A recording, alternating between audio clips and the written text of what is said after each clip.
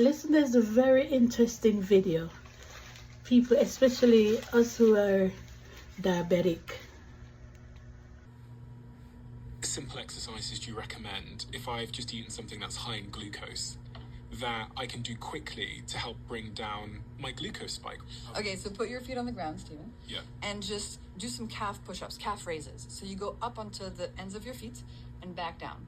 Okay, so you got it? I'm going up, I'm lifting my heels. Exactly. Lift your heels up and down. So as you do this, there's a muscle in your calf called the soleus muscle. Can you feel it contract? It's your calf muscle. Yeah. Okay, so this muscle is very good at soaking up glucose from your bloodstream. So an easy hack you can do after you eat something sweet is you just do some calf raises at your desk like this. Nobody can notice. 5 minutes, and that's going to help reduce the glucose spike of what you just ate. I mean, five minutes? Yeah, I mean, you can do 5 minutes. In the studies, they do sometimes hours of this. But even just 1 minute is better than nothing to reduce your glucose spike. I mean, this is probably why a lot of cultures go for a walk after dinner, right? Completely. And a lot of the glucose hacks that I've talked about, they actually mirror a lot of traditions. So for example, the glucose hack of having your vegetables at the beginning of your meal. This is incredibly powerful, pregnancy or not pregnancy, because vegetables contain fiber. And when you have them at the beginning of your meal, they create this protective mesh in your intestine that slows down the glucose molecules from carbs and makes the glucose molecules arrive more slowly into your bloodstream, meaning smaller spike.